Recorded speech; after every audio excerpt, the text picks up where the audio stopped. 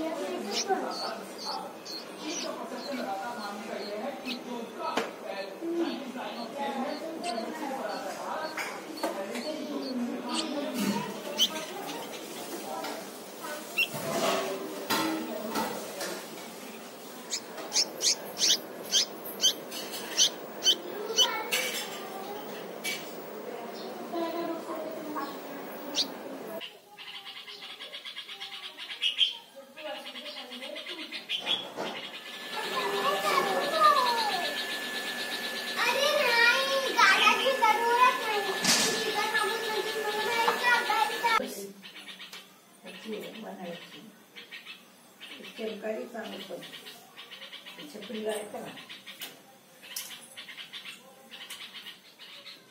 से गोड़ पकड़ के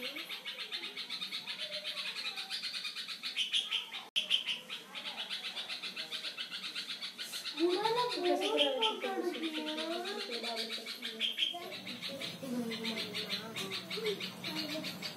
वहाँ काटे थे हाँ ये काटेंगे गुरु जी का हम 5 मिनट लेकर गए